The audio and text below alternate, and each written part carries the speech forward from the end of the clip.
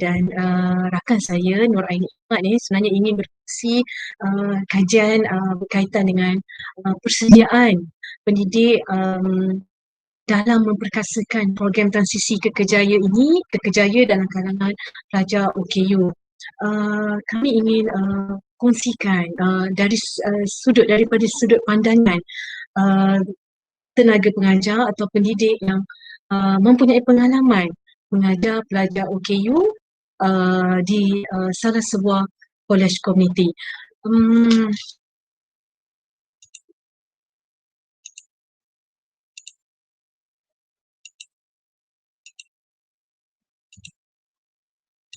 Okey, sebelum saya bawa para hadirin dan hadirat semua kepada kajian hasil dapatan kajian, saya ingin berkongsikan kepada uh, uh, rakan-rakan semua ataupun hadirin-hadirat tentang cabaran pendidik hari ini. Kalau kita lihat kepada cabaran pendidik hari ini tidak berbeza sekali dengan cabaran pendidik hari itu. Hari ini cabarannya lebih besar, iaitu besarnya di sini ialah kesediaan untuk bagaimana kesediaan mereka untuk melakukan perubahan dan pengubahsuaian agar dapat bergerak seiring dengan uh, perubahan dunia pada hari ini. So kalau kita lihat dalam abad ke-21 ini, perubahan dan perkembangan dalam pelbagai disiplin ilmu menuntut kita sebagai pendidik ini melakukan lebih banyak perubahan. So kita hari ini kalau kita lihat perubahan lebih mendesak kepada apabila dunia kita pada satu titik berada dalam satu titik penting dalam melakar revolusi industri 4.0 yang memberi implikasi khususnya dalam sektor pekerjaan. Okey, kalau kita lihat tumpuan kesedaran, kalau dulu tradisinya kita memberi tumpuan kepada uh, asas membaca, menulis dan mengira. Tapi hari ini cabaran guru agak lebih besar apabila cetusan inovasi teknologi yang semakin meningkat ini telah mendorong perubahan dunia ini memerlukan kita sebagai seorang pendidik ini menilai. Menilai semula apa sebenarnya sama ada kemahiran yang kita ajar ni benar-benar menyediakan murid kita atau pelajar kita kepada peluang terbaik untuk berjaya di sekolah ataupun di tempat kerja dan sebenarnya dalam kehidupannya yang secara keseluruhan. So kita perlu sedar bahawa fokus pembangunan pendidikan hari ini kita bukan saja berfokus kepada komponen kemahiran pembelajaran, inovasi, media dan teknologi semata-mata. Tidak. Hari ini kalau kita lihat komponen kita dah berubah kepada tumpuan kita dah berubah kepada komponen macam mana kita nak mengajar student kita kemahiran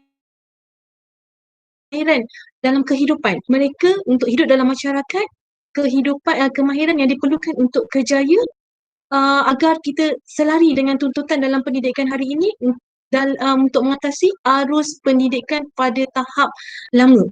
Jadi maka tidak hairanlah hari ini keperluan pendidikan transisi kerjaya ni berkembang sejajar dengan transformasi dalam pendidikan teknikal dan latihan vocational untuk memberi peluang pada semua murid dan juga pelajar tidak kira pelbagai latar belakang untuk menggilap potensi individu tu untuk menguasai satu kemahiran agar mereka tidak tercecir dalam bidang pendidikan. Ya, agar tidak tercecir dalam dunia pendidikan dan juga dunia, dan paling penting mereka juga dapat kerjaya yang baik untuk membina membina modal insan yang lebih baik pada masa akan datang.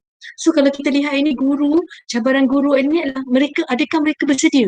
Mereka bersedia untuk menghasilkan graduan yang berpengetahuan dan kompeten dalam abad 21.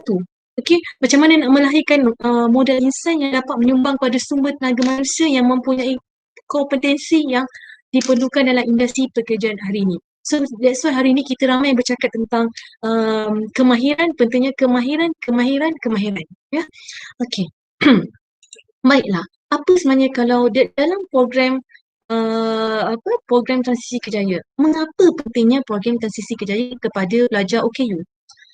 Saya ingin berkongsikan beberapa sumber kajian yang telah dilakukan oleh kajian-kajian lepas, itu contoh Madinah. Madinah mengatakan program transisi kerjaya ini merupakan satu kaedah yang berkesan, satu kaedah yang mempersiapkan murid berkeperluan khas ke arah alam pekerjaan supaya dalam proses itu dalam program tersebut, dalam proses dia transisi itu, pelajar ini atau murid ini dapat menguasai kemahiran kejayaan yang sesuai dengan minat dia, kecenderungan dia, mengikut kecenderungan dia dan tahap keupahan yang ada. Jadi so hari ini kalau kita lihat, kita ada kurikulum. Dalam kurikulum pendidikan bahasa ini tidak saja berorientasikan pendidikan akademik semata-mata, tapi kita juga berorientasikan kepada vocational. Kalau kita lihat ada mata pelajaran kemahiran yang bertujuan untuk memberi peluang kepada pelajar OK ini menguasai kemahiran-kemahiran daripada asas kepada yang spesifik supaya mereka bersiap sedia untuk ke alam kerjaya. So kedua, apa pentingnya transisi kerjaya? Aliza Alias 2013 mengatakan transisi kejayaan ini penting sebagai merupakan satu program yang membantu untuk menyediakan proses peralihan untuk pelajar menuju ke alam pekerjaan. Dia satu proses peralihan, iaitu perubahan daripada satu kepada satu. Di dalam itu mengandungi proses yang dapat menyediakan pelajar kepada kesediaan untuk menuju alam pekerjaan supaya dia dapat menimba pengalaman bekerja dalam situasi dan persekitaran kerja yang sebenar. Dalam konteks Aliza Alias, maksudnya program yang disediakan itu program yang dapat menyediakan pengalaman bekerja dan persekitaran yang realistik. Okey, kalau kita lihat Adila Razak et al. 2015 pula kata program transisi kerjaya ini program yang berorientasikan latihan teknikal dan vocational. Yang mana dengan ada latihan teknik dan vocational ini dia membantu mengoptimumkan lagi OKU ini dalam sesuatu bidang yang dia dalam sesuatu kemahiran yang ada, ikut potensi dia yang ada supaya mereka ini tidak ketinggalan dalam bidang pekerjaan. Okey, daripada sini kita tahu bahawa program transisi kerjaya ini secara rumusan saya dapat lihatlah satu program persediaan yang dapat menyediakan pelajar ini kepada kemahiran-kemahiran, kepada peluang pembelajaran yang mana yang dia diharapkan dapat menyediakan satu laluan kerjaya yang baik untuk pelajar OKU ini pada masa hadapan. Kajian saya ingin kongsikan pada hadirin-hadirat semua, saya ingin kongsikan apa metodologi kajian ini. Kajian ini dilakukan, kajian ini adalah kajian kes di mana kami telah mengadakan sesi temu bual mendalam kepada tenaga pengajar di salah sebuah college committee yang melatih melatih pelajar OKU ini untuk bersedia ke alam kerjaya. So tenaga pengajar yang ditemui merupakan tenaga pengajar yang mempunyai pengalaman yang lama dan mempunyai pengalaman yang banyak dalam mengajar pelajar OKU di college community. So apa hasil kajian yang saya boleh kongsikan? Yang pertama, dalam memperkasakan program transisi ini, guru pendidik perlu bersedia untuk membangunkan dan melaksanakan kurikulum berkonsepkan pembelajaran berasaskan kerjaya.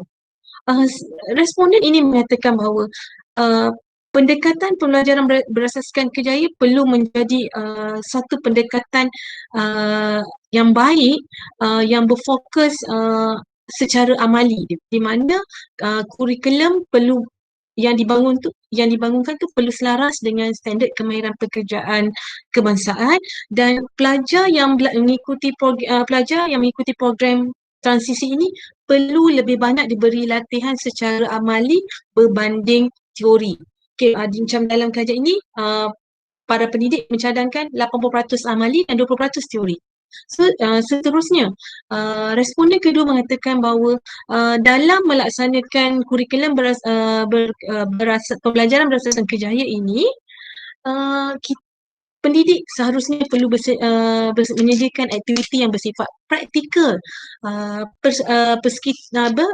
persekitaran dan suasana pekerjaan yang sebenar dan latihan kerjaya yang lebih realistik. Okey.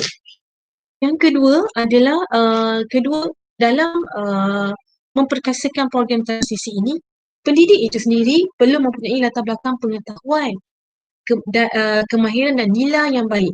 So pengetahuan di sinilah pengetahuan yang baik dalam menyampaikan kandungan ilmu kemahiran yang lebih spesifik.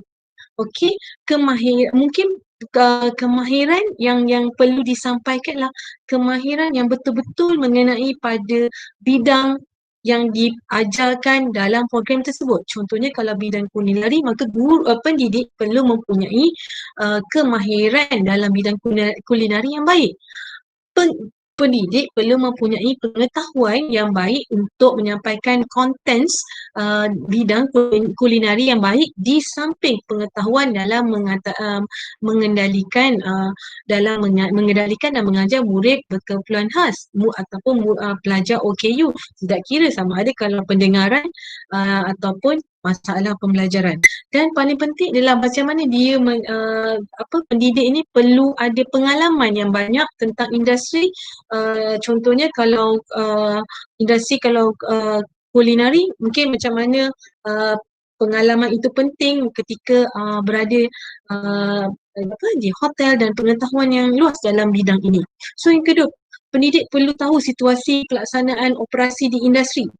Okey, responden kedua mengatakan pendidik itu perlu mempunyai pengetahuan dan latar belakang yang baik dalam operasi di setiap industri supaya mereka tahu macam mana nak menyampaikan ilmu kepada pelajar dan ilmu yang disampaikan itu selari apa yang berada di dalam industri.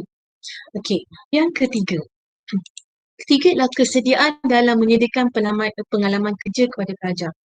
Kedua-dua responden ini bersetuju bahawa pengalaman kerja ini penting kepada pelajar.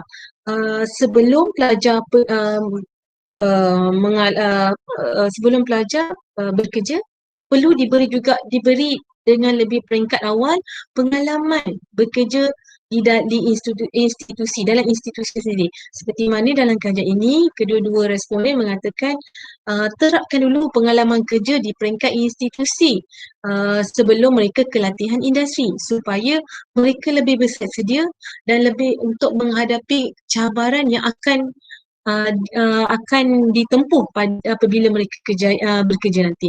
So macam responden kedua ni, mereka kata boleh untuk pendidik boleh minta pelajar mengendalikan restoran dalam institusi supaya secara tak langsung kita dapat menanam minat dalam bidang keusahawanan.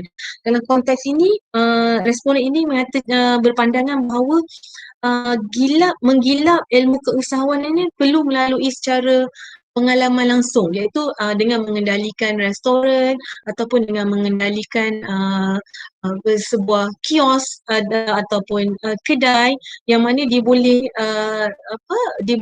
dapatkan pengalaman dahulu di peringkat institusi, di mana dalam peringkat ini dia masih lagi boleh melalui proses penambahbaikan sebelum mereka keluar ataupun berhadapan dengan majikan yang sebenar. Seterusnya ialah menyediakan pendidik perlu bersedia untuk menyediakan pengajaran yang fleksibel dan tempoh pengajaran yang menempati keperluan pelajar. Okey, baiklah hadirin hadirat sekalian. Bagi murid berkeperluan khas dan juga pelajar OKU, pengajaran yang fleksibel adalah satu keperluan kerana guru perlu tahu bahawa ciri-ciri murid berkeperluan khas atau pelajar OKU ini tidak sama seperti mana pelajar-pelajar tipikal yang lain. So mereka memerlukan pengajaran yang fleksibel dan mungkin berada bentuk individu dan sebagainya. So bila individu, bilangan pelajar yang ada mestilah sesuai dengan tenaga pengajar. Dan juga tempoh pengajar yang ditawarkan itu juga perlu selesa. Maksudnya perlulah sesuai untuk dan mencukupi untuk pelajar betul-betul menguasai sesuatu kemahiran itu dengan lebih baik. Tahap kemahiran murid pelajar OKU ini tidak sama antara OKU yang lain. Itu kita kena faham. Supaya yang kita nak sampailah kualiti pengajaran dan pembelajaran itu dapat disampaikan dengan lebih baik agar pelajar dapat betul-betul dapat menguasai pengajaran dan aplikasikan ilmu yang diperoleh itu dalam bentuk praktikal. Seterusnya, Responden kedua mengatakan bahawa pendidik yang terlibat dalam mengajar program transisi ini perlu memiliki pengetahuan terhadap pedagogi yang baik. Okay, pedagogi ini merujuk kepada guru perlu tahu apa pendekatan untuk mengajar kemahiran ataupun mengajar sesuatu bidang itu kepada pelajar OKU. Apa strategi yang perlu digunakan dan teknik yang berkesan untuk menyampaikan pengajaran kepada pelajar OKU. Di sini mungkin kita lihat ada teknik modifikasi yang pendidik itu perlu tahu ikut tahap keupayaan individu setiap murid ataupun pelajar yang ada dalam satu program tersebut. Okey, seterusnya. Guru perlu bersedia untuk melaksanakan kursus yang menepati keperluan kerjaya. Hadirin dan hadirat sekalian, fokus dalam program transisi adalah pelajar ini bila keluar daripada sesuatu program, dia boleh bekerja. Pelajar ini dia boleh dia boleh menepati keperluan majikan di luar. Jadi oleh itu, untuk memastikan objektif ini tercapai, maka sesuatu program itu kena kenal pasti apakah kursus-kursus utama yang perlu disampaikan dan kursus-kursus tambahan yang perlu diberikan kepada pelajar. Okey, kalau kita faham kursus teras semestinya adalah kursus-kursus uh, yang berkaitan rapat dengan bidang. Kalau bidang pastry itu berkaitan dengan yang diajar adalah bidang-bidang pastry. Sekiranya bidang kulinari pastinya berkaitan rapat dengan bidang-bidang kulinari seperti masakan barat, masakan dan sebagainya. Okey, tetapi perlu juga diberikan ialah selain kursus teras, perlu ada kursus tambahan yang diperlukan untuk keperluan jaya. Contoh di sini seperti mana pendidik ini dia mencadangkanlah menggunakan kursus asas perkomputeran, kursus bahasa. Okey, kursus asas perkomputeran ni supaya mereka boleh menaip words, menaik word dan juga macam kursus-kursus bahasa ini menulis untuk keperluan menulis resume ataupun kursus-kursus lain yang penting untuk peningkatan kendiri pelajar sebagai persediaan ke alam kerjaya. So, seperti mana responden kedua pula mengatakan, bersetuju juga mengatakan bahawa aspek pemilihan kursus dan kurikulum yang digunakan juga perlu dipertimbangkan supaya apa yang diajar itu, apa kursus yang diikuti itu dapat memenuhi keperluan industri di luar. Okay, dalam keadaan ini, maksudnya apa yang kursus yang dipelajari dalam satu program transisi kerjaya itu perlu selari dengan keperluan industri di luar. Seterusnya, yang akhir sekali poin adalah kesediaan dalam melaksanakan kolaborasi dalam menyampaikan pengajaran dan pembelajaran. Hadirin hadirat sekalian, saya ingin berkongsi daripada pandangan tenaga pengajar bahawa untuk menyampaikan pengajaran dan pembelajaran, kolaborasi itu sangat penting. Dalam konteks ini kita akan melihat kolaborasi dalam konteks menyampaikan pengajaran dan pembelajaran. Responden yang pertama berkongsi, menurutnya adalah pendidik ini perlu ada perancangan awal dan berbincang dengan pelajar tentang kandungan pengajaran. Bermaksud sebelum memulakan satu pengajaran itu kena berkongsi, kena maklumkan dulu apa yang akan dipelajari supaya para pelajar dihendaki bersiap sedia dan dia mendapatkan pengetahuan. Dia cuba menambahkan pengetahuan sedia ada itu supaya mereka bila masuk ke kelas, bila belajar sesuatu pengajaran itu mereka betul-betul bersiap sedia. Itu juga dengan aktiviti. So, sebelum bermulanya kelas yang sebenar, aktiviti latihan praktikal yang sebenar, perbincangan dan juga perancangan awal antara pendidik dengan pelajar itu perlu diadakan dengan secara berkesan. Okey, seterusnya, bagi yang pelajar orang kurang upaya, ketidakupayaan pendengaran. Kolaborasi dengan bahasa isyarat dengan juru bahasa isyarat sangat penting. Pendidik dan juru bahasa isyarat perlu duduk bersama-sama untuk berbincang apa yang perlu diajarkan supaya apa yang disampaikan oleh pendidik selari dengan apa yang diterjemahkan dan dikodkan oleh juru bahasa isyarat supaya pelajar OKU ketidakupayaan pendengaran itu dapat menerima apa yang disampaikan oleh tenaga pengajar dengan baik. Di sini seperti mana pandangan responden kedua mengatakan jurubahasa isyarat itu sentiasa menjadi pakar rujuk kepada pendidik, terutama dalam penggunaan kod-kod isyarat.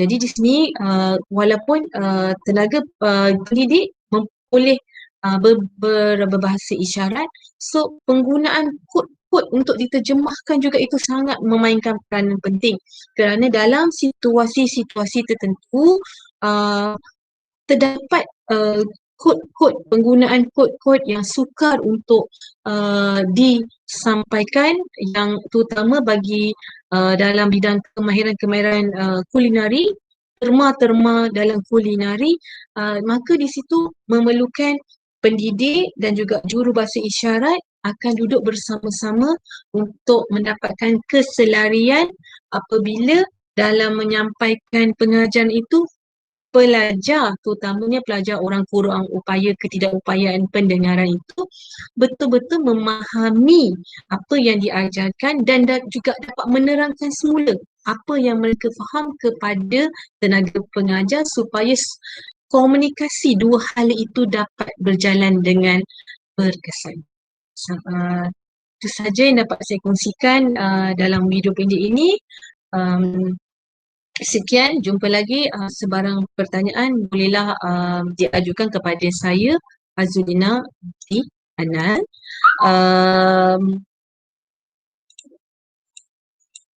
Itu saja. Sekian, terima kasih.